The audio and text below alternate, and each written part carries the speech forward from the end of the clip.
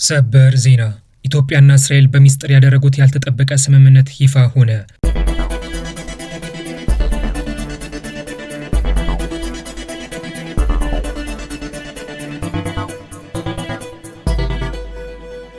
ሰላም ጤና ይስጥልን ውድ የኢንፎርም ኢትዮጵያ ቤተሰቦች እንደምን ቆያችሁ? እነሆ ከታማኝና ውስጥ አዋቂ መረጃ ምንጮቻችን የሰበሰብናቸውና ለዚህ የመረጃ ሰዓት የደረሱልንን ወቅታዊ ጉዳዮች ይዘንላችሁ ቀርበናል። ውድ የኢንፎርም ኢትዮጵያ ቤተሰቦች ወቅታዊ መረጃዎቻችንን ለመከታተል ያመቻችሁ ዘንድ ዋና ዋና ጉዳዮችን አስቀድመን እናሳውቃችኋለን። ሰበር ዜና ኢትዮጵያና እስራኤል በሚስጥር ያደረጉት ያልተጠበቀ ስምምነት ይፋ ሆነ። በኢትዮጵያና በእስራኤል ሚስጥራዊ ስምምነት በግብጽና በኤርትራ ከፍተኛ ድንጋጤ መፍጠሩም ታውቋል። የኢትዮጵያና የእስራኤል ሚስጥራዊ ስምምነት ኢትዮጵያ በቀጥታ ወደ ቀይ ባህር መውጣትና የቀይ ባህር ባለቤት የሚያደርጋት እንደሆነም ታውቋል። ዝርዝር መረጃ ይዘናል። የጋዜጠኛ መሳይ መኮንንን ሕይወት አደገኛ አጣብቂኝ ውስጥ የሚከት ሚስጥራዊ እንቅስቃሴ መጀመሩ ተሰማ። የጋዜጠኛ መሳይ መኮንንን ሕይወት አደገኛ አጣብቂኝ ውስጥ የሚከተው ሚስጥራዊ ንቅናቄ ዓላማም ታውቋል። ሚስጥራዊ ንቅናቄው ከመሳይ መኮንን በተጨማሪ አጣብቂኝ ውስጥ የሚከታቸው ሰዎች እንዳሉም ተሰምቷል። ዝርዝር መረጃ ይዘናል። የአማራ ፋኖ ብሔራዊ ንቅናቄ አፋብኃኝ ሰራዊት ለዘመነ ካሴ ያቀረበውን ያልተጠበቀ ጥያቄ ተከትሎ በንቅናቄው ውስጥ ውጥረት መንገሱም ተሰምቷል። በአማራ ፋኖ ብሔራዊ ንቅናቄ አፋብኃኝ ሰራዊት ለዘመነ ካሴ ላቀረበው ጥያቄዎቹ በዘመነ ካሴ ወይንም በንቅናቄው ከፍተኛ አመራር በኩል ፈጣን ምላሽ እንዲሰጠው መጠየቁና ማስጠንቀቂያ መስጠቱም ታውቋል። የአማራ ፋኖ ብሔራዊ ንቅናቄ አፋብኃኝ ሰራዊት ያቀረበው ጥያቄ ንቅናቄውና ዘመነ ካሴን ከባድ አጣብቂኝ ውስጥ የሚከት እንደሆነም ተሰምቷል። የአማራ ፋኖ ብሔራዊ ንቅናቄ አፋብኃኝ የሰራዊቱ ጥያቄ ተከትሎ በሰራዊቱ መሪዎችና በሰራዊቱ መካከል ውዝግብ የተነሳ ሲሆን ውዝግቡ የእርስ በርስ ግጭት እንዳያስከትልም ተሰግቷል። ይህንንም በዝርዝር እንመለከተዋለን። ውድ የኢትዮ ኢንፎርም ቤተሰቦች በዚህ የመረጃ ሰዓት እነዚህና ሌሎች ጉዳዮችን በዝርዝር እንነግራችኋለን። አስቀድማችሁ ቻናላችንን ላይክና ሼር እንድታደርጉና መረጃዎቻችንን እንድትከታተሉ በአክብሮት እንጋብዛለን።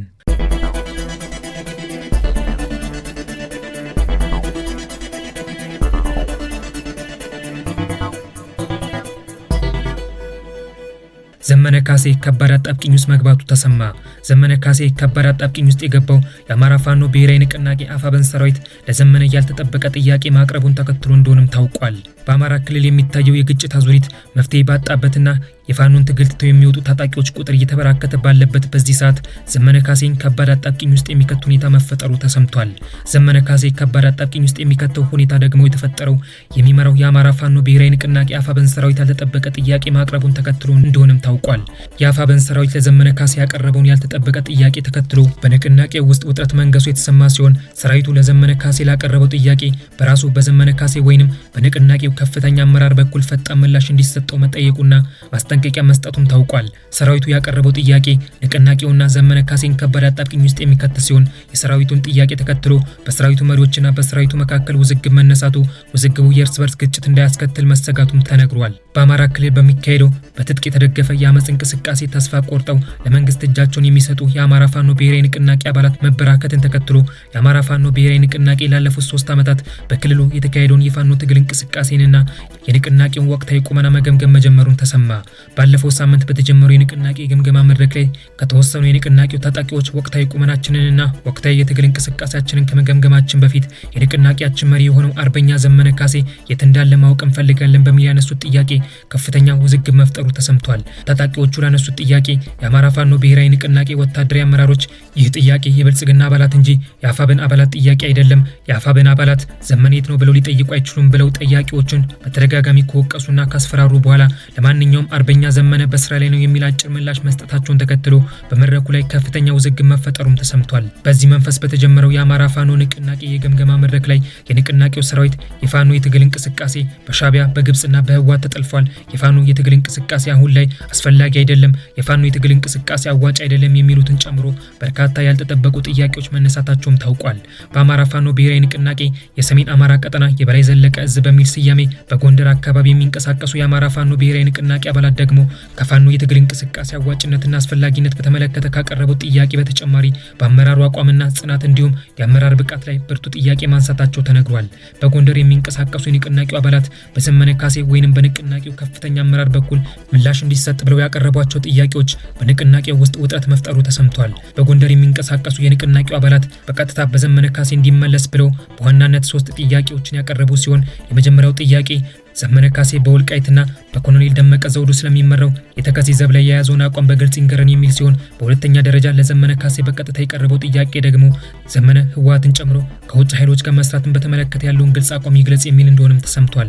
የጎንደር ፋኖች ዘመነ የአማራ ክልል መንግስት ባህር ዳር ከተማን ማዕከል አድርጎ በቅርቡ ስለመሰረተው አዲሱ የሰሜን ጎጃም ዞን ያለውን አስተያየት እንዲሰጥ የሚል ሶስተኛ ጥያቄ ማንሳታቸውም ታውቋል። በግምገማ መድረኩ ላይ ተሳታፊ ስላልነበረ ዘመነ ካሴ ከጎንደር ፋኖች ለቀረቡለት ጥያቄ የሰጠው ምላሽ የለም።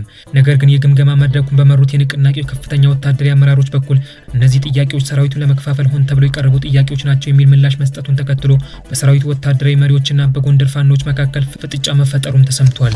የጎንደር ፋኖች ለዘመነ ካሴ በቀጥታ ያቀረቡትን ጥያቄ ተከትሎ በንቅናቄው መካከለኛ ወታደራዊ አመራሮችና በጎንደር ፋኖች መካከል የተፈጠረው ውዝግብ ተባብሶ በመቀጠሉ የጎንደር ፋኖች ግምገማ መድረኩን ረግጦ እስከ መውጣት የሚደርስ ውሳኔ ያሳልፈው መድረኩን ረግጠው መውጣታቸው ተረጋግጧል። የጎንደር ፋኖች ለዘመነ ካሴ በቀጥታ ላቀረቡት ጥያቄ በዘመነ ካሴ በራሱ ወይንም በንቅናቄው ከፍተኛ አመራሮች በኩል ፈጣን ምላሽ እንዲሰጣቸው የጠየቁ ሲሆን ለጥያቄያቸው ፈጣን ምላሽ የማይሰጥ ከሆነ ተገቢነት ያለው እርምጃ እንደሚወስድ ማሳሰባቸውም ተሰምቷል። የጎንደር ፋኖች ለዘመነ ካሴ በቀጥታ ያቀረቧቸው ጥያቄዎች ዘመነ ካሴንም ሆነ የአማራ ፋኖ ብሔራዊ ንቅናቄን ከፍተኛ አጣብቂኝ ውስጥ የሚከትና ንቅናቄው አብሮ ለመስራት ከተስማማቸው ቡድኖች ፍላጎት በተቃራኒ የሚቆሙ ጥያቄዎች በመሆናቸው በዘመነም ሆነ በንቅናቄው በኩል ምላሽ ይሰጥባቸዋል ተብሎ አይጠበቅም።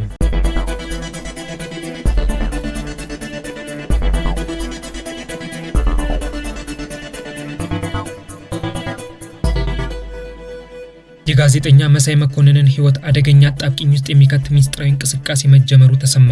የጋዜጠኛ መሳይ መኮንንን ህይወት አደገኛ አጣብቂኝ ውስጥ የሚከተው ሚስጥራዊ ንቅናቄ ዓላማም ታውቋል። ሚስጥራዊ ንቅናቄው ከመሳይ መኮንን በተጨማሪ አጣብቂኝ ውስጥ የሚከታቸው ሰዎች እንዳሉም ተሰምቷል። የጋዜጠኛ መሳይ መኮንንን ህይወት አደገኛ አጣብቂኝ ውስጥ የሚከት ሚስጥራዊ እንቅስቃሴ መጀመሩ ታወቀ።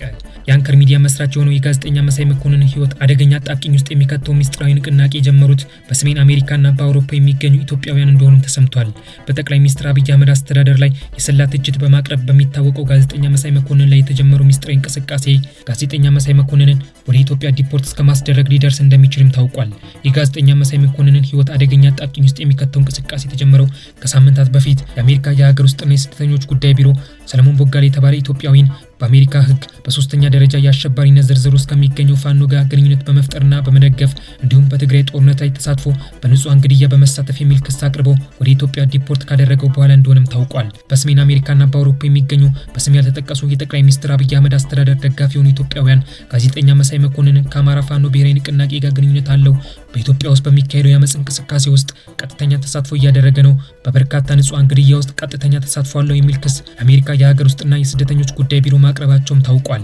የጋዜጠኛ መሳይ መኮንንን ህይወት አደገኛ አጣብቂኝ ውስጥ የሚከተው ሚስጥራዊ ንቅናቄ የጀመሩት ኢትዮጵያውያን ጋዜጠኛ መሳይ መኮንንን 95 ለ1 በሚል ከዓመታት በፊት በኢሳት ቴሌቪዥን ላይ ያቀረበውን በትግራይ ህዝብ ላይ እልቂት የሚጋብዝ ዜናን በሰሜኑ ጦርነት ወቅት የትግራይ ተወላጆች በአንድ ካምፕ እንዲሰበሰቡ ይደረግ በሚል በማህበራዊ ሚዲያ ያሰራጨውን ጽሁፍ በሰሜኑ ጦርነት ወቅት በደሴና በኮምቦልቻ ከተማ ተገኝቶ የሰራቸው ግጭት ቀስቃሽ ዘገባዎችና ከአማራ ፋኖ ብሔራዊ ንቅናቄ ጋር ግንኙነት መፍጠሩን እንዲሁም ድጋፍ ማድረጉን የሚያሳዩ የጽሁፍ የድምጽና የቪዲዮ ማስረጃዎችን ለአሜሪካ የሀገር ውስጥና የስደተኞች ጉዳዮች ቢሮ ላቀረቡት ክስ ማጠናከሪያነት ማቅረባቸውን ገልጸዋል። የዶናልድ ትራምፕ አስተዳደር በአሜሪካ የሚገኙ ህገወጥ ስደተኞችና የወንጀል ተሳትፎ ያላቸው ግለሰቦችን በሰፊው ከሀገር የማባረር እርምጃ እየወሰደ እንደሆነ የሚታወቅ ሲሆን የጠቅላይ ሚኒስትር አብይ አህመድ አስተዳደር ደጋፊ የሆኑት ኢትዮጵያውያን በጋዜጠኛ መሳይ መኮንን ላይ ያቀረቡት ክስ በአሜሪካን የሀገር ውስጥና የስደተኞች ጉዳዮች ቢሮ ተቀባይነት ካገኘ ጋዜጠኛ መሳይ መኮንን ወደ ኢትዮጵያ ዲፖርት ሊደረግ እንደሚችልም ታውቋል። በሰሜን አሜሪካና በአውሮፓ የሚገኙ ኢትዮጵያውያን ከሰሞኑ የጋዜጠኛ መሳይ መኮንን ህይወት አደገኛ አጣብቂኝ ውስጥ ለመክተትና ወደ ኢትዮጵያ ዲፖርት ለማስደረግ በሚስጥር የጀመሩት ክስ በቅርቡ በአሜሪካ የሀገር ውስጥና የስደተኞች ጉዳዮች ቢሮ መታየት እንደሚጀምርም ታውቋል። የአሜሪካ የሀገር ውስጥና የስደተኞች ጉዳዮች ቢሮ በአሜሪካ በህገ ወጥ መንገድ የሚኖሩ ስደተኞችንና የወንጀል ተሳትፎ ያላቸው ግለሰቦችን ለሚጠቁ ማንኛውም ግለሰብ እስከ $3000 የሚደርስ የገንዘብ ስጦታ እንደሚያበረክትም ተሰምቷል።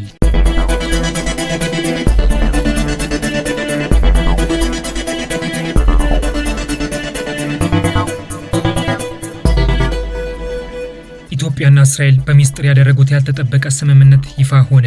በኢትዮጵያና በእስራኤል ሚስጥራዊ ስምምነት በግብጽና በኤርትራ ከፍተኛ ድንጋጤ መፍጠሩም ታውቋል። የኢትዮጵያና የእስራኤል ሚስጥራዊ ስምምነት ኢትዮጵያ በቀጥታ ወደ ቀይ ባህር መውጣትና የባህር በር ባለቤት የሚያደርጋት እንደሆነም ታውቋል። ኢትዮጵያና እስራኤል በአፍሪካ ቀንድ በቀይ ባህር ቀጠናና በመካከለኛው ምስራቅ አዲስ የኃይል አሰላለፍን የሚፈጥር ሚስጥራዊ ስምምነት ማድረጋቸው ተሰማ። ኢትዮጵያ በቀጠና የበላይነት እንደሚያጎናጽፋት የታመነበት የኢትዮጵያና የእስራኤል ሚስጥራዊ ስምምነት በግብጽና በኤርትራ መንግስታት ከፍተኛ ድንጋጤ መፍጠሩም ታውቋል። ኢትዮጵያና እስራኤል ከሁለት ዓመታት በፊት ያደረጉትንና በሚስጥር ተይዞ የቆየው ስምምነት ኢትዮጵያ በቀጥታ ወደ ቀይ ባህር መውጣትና የባህር በር ባለቤት የሚያደርጋት እንደሆነ ሚስጥራዊ ስምምነቱን የተመለከቱት የዲፕሎማቲክ ምንጮች አመልክተዋል። በኢትዮጵያና በእስራኤል መንግስታት መካከል ወታደራዊ ትብብር ማዕከል አድርጎ በሚስጥር የተፈረመው ስምምነት እስራኤል የኢትዮጵያን የባህር በር ባለቤትነት ጥያቄን በግንባር ቀደምትነት ከጀርባ ትደግፍ እንደነበረ የሚያሳይ እንደሆነም ታውቋል። የእስራኤሉ ፕሬዝዳንት አይዛክ ሄርዞግ ከሳምንታት በፊት በአዲስ አበባ በተገኙበት ወቅት የተፈረመው ሚስጥራዊ ስምምነት እስራኤል በኢትዮጵያ ወታደራዊ ጦር ሰፈር እስከ ማቋቋም የሚያስችላት እንደሆነም ታውቋል። የእስራኤሉ ጠቅላይ ሚኒስትር ቤንያሚን ኔታንያሁ ሄክሳጎናል ስትራቴጂ የስድስት ማዕዘን ስትራቴጂ በሚል ያስተዋወቁት እስራኤል ማዕከል ያደረገው የስድስት ሀገራት ጥምረት አካል የሆነው የኢትዮጵያና የእስራኤል ሚስጥራዊ ስምምነት እስራኤል በመካከለኛው ምስራቅና በቀይ ባህር ቀጠና የሚኖራትን የበላይነት የሚያረጋግጥ እንደሆነም ታውቋል። ከእስራኤሉ የመጀመሪያ ጠቅላይ ሚኒስትር ዴቪድ ቤንጉሪዮ የተቀዳው የጠቅላይ ሚኒስትር ቤንያሚን ኔታንያሁ የስድስት ማዕዘን ስትራቴጂ ኢትዮጵያን የእስራኤል የአፍሪካ ዋነኛ አጋር አድርጎ ያስቀምጣታል። ኢትዮጵያና እስራኤል በሚስጥር ያደረጉትን ስምምነት ተከትሎ እስራኤል የኢትዮጵያን የባህር ኃይል ዳግም ማደራጀትን ጨምሮ ባለፉት 2 ዓመታት የኢትዮጵያ መከላከያ ሰራዊት አቅም ስታጠናክር መቆየቷም ታውቋል። በፈረንሳይ መንግስት ድጋፍ ዳግም ለተደራጀው የኢትዮጵያ የባህር ኃይል እስራኤል በሰው ኃይል ስልጠና እንዲሁም በትጥቅ ስትደግፍ መቆየቷም ታውቋል። የኢትዮጵያን የባህር ኃይል ከማደራጀት በተጨማሪም እስራኤል የኢትዮጵያ የመከላከያ ሰራዊት አሮስታርና ዋንደርቤ የተሰኙ ዘመናዊ ድሮኖችን አስታጥቃለች። በተጨማሪም እስራኤል የኢትዮጵያ የመከላከያ ሰራዊት በጠላት የተጠመደ ፈንጂ የማምከን አቅም ያላቸውን ተሽከርካሪዎችን ተንደር ኢንፋንትሪ ሞቢሊቲ ቬሂክል እና ታር21 የተሰኙ ዘመናዊ ብረት ለበስ ተሽከርካሪዎች መስጠቷም ታውቋል። በሚስጥራዊ የኢትዮጵያና የእስራኤል ስምምነት እስራኤል የኢትዮጵያ የመከላከያ ሰራዊት ያስታጠቀችው ዘመናዊ የአየር መቃወሚያ ስርዓት አይረን ዶም በግብጽና በኤርትራ መንግስት በተለየ መልኩ ድንጋጤ መፍጠሩም ታውቋል። ከሰሞኑ አሜሪካና እስራኤል በኢራን ላይ የሚወስዱትን እርምጃ ተከትሎ ከኢራን የሚወነጨፍ ሀገር አቋራጭ ተምዘዛጊ ሚሳኤሎችን 99 በመቶ የማክሸፍ አቅም እንዳለው የተረጋገጠውን የእስራኤል የአየር መቃወሚያ ስርዓት ኢትዮጵያ መታጠቋ የህዳሴ ግድቡን ጨምሮ የኢትዮጵያ ከተሞችን በአስተማማኝ ሁኔታ መጠበቅ እንደሚያስችልም ተሰምቷል።